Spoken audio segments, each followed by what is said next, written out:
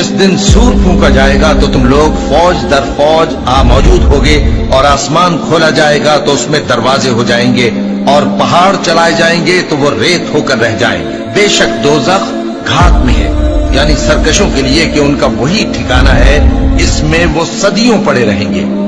वहां न ठंडक का मजा चखेंगे न कुछ पीना नसीब होगा मगर खौलता पानी और बदबूदार पीप। ये बदला है उनके अमाल के मुआफिक।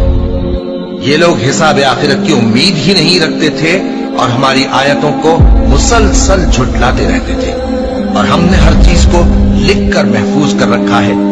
सो अब मजा चखो, हम तुम पर अजाब ही बढ़ाते जाएंगे। जिस दिन जिब्रील अमीन और दूसरे फरिश्ते सब बांध कर खड़े होंगे तो कोई बोल न सकेगा मगर जिसको रहमान इजाजत बख्शे और वो बात भी दुरुस्त ही कहे। ये दिन बरहक है,